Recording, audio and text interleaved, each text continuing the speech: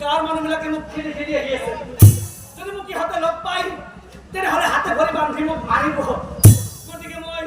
এই বনৰ মাজতে লুকাই থকাই ভাল। কান্দি কান্দি বহি থাকে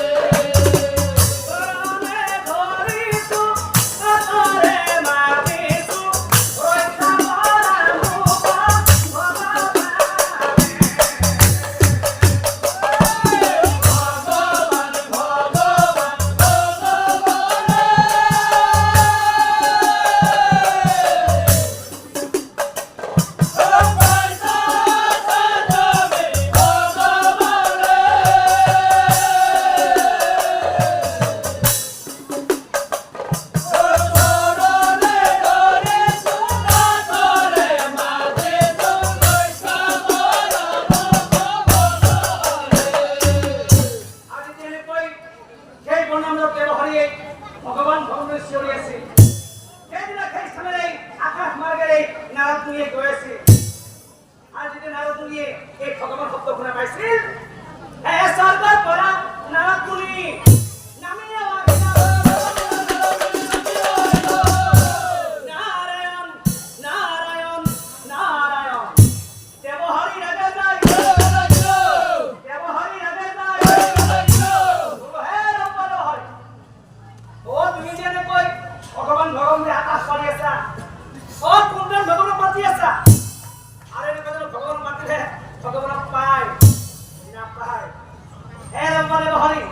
ভগৱানক পাবলৈ হ'লে প্ৰথমে তুমি গুৰুৰ ওচৰত শৰণ ল'ব লাগিব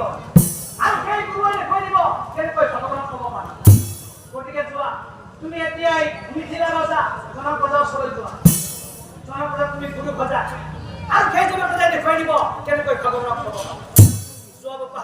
এতিয়া তুমি মিথিলা ৰজা জনক ৰজাৰ ওচৰলৈ যোৱা হয় কি বুলি নাৰদমুনি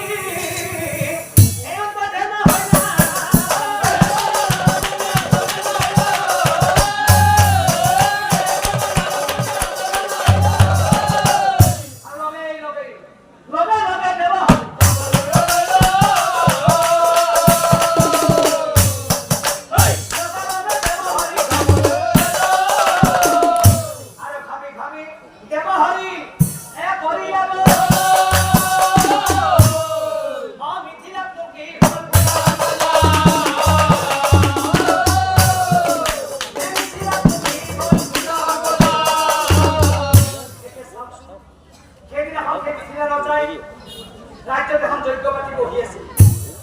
যজ্ঞৰ কুণ্ডত ঘিউ ঢালি আছিল যেতিয়া দপদপকৈ যজ্ঞৰ কুণ্ডত জুই জ্বলি উঠিছিল তেতিয়া সেই জুইত জনক ৰজাই নিজৰ সভাখন ভৰাই দিছিল আৰু সভাখনেৰে সুন্দৰী যুৱতী এজনী গলত ধৰি বহি আছিল আৰু ঠিক সেই সময়ত হেনো কালে দেৱহৰি উপস্থিত হ'ল